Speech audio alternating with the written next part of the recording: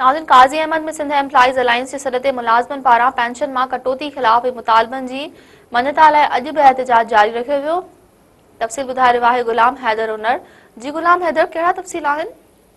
जी बिल्कुल, काज़ी Ahmad Sindh employees alliance जे सॾ ते मुलाज़िमनि पारां पेंशन जी कटौती ख़िलाफ़ DRO ग्रुप इंश्योरेंस सन कोटा कोटी कोटा समेत ॿिनि मुतालबा मञता लाइ अॼु 3 ॾींहं बि एहतिजाजी बाइकाट जारी रखियो। मां तव्हांखे ॿुधाईंदो हलां त तालका अस्पताल, revenue office, AC office, government higher secondary school Qazi Ahmed, degree college, उन खां पोइ पादो महर, गंवार महर, उन खां पोइ काज़ी अहमद आसपास इलाइक़ा जिन मशाख शामिल आहिनि, जंहिंमें सरकारी सूबाई खाते सां जेके बि तालुक रखंदड़ सरकारी इदारा आहिनि उहे मुकमल तौर ते बंदि रहिया। मां तव्हांखे ॿुधाईंदुसि, तालका अस्पताल काज़ी अहमद में मरीज़नि खे सख़्तु मुश्किलातूं पेश अची रहियूं, जंहिंमें मरीज़ सख़्तु परेशान रुलंदा रहिया। OPD बिल्कुलु बंदि रही। उन खां पोइ सख़्तु एहतिजाज कयो वियो।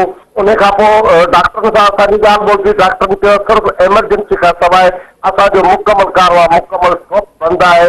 उन खां पोइ AC ऑफिस, डिग्री कॉलेज ऐं government higher secondary school Qazi Ahmad में एहतिजाजी मुज़ाहिरे खां सख़्तु नाराबाज़ी कई वई।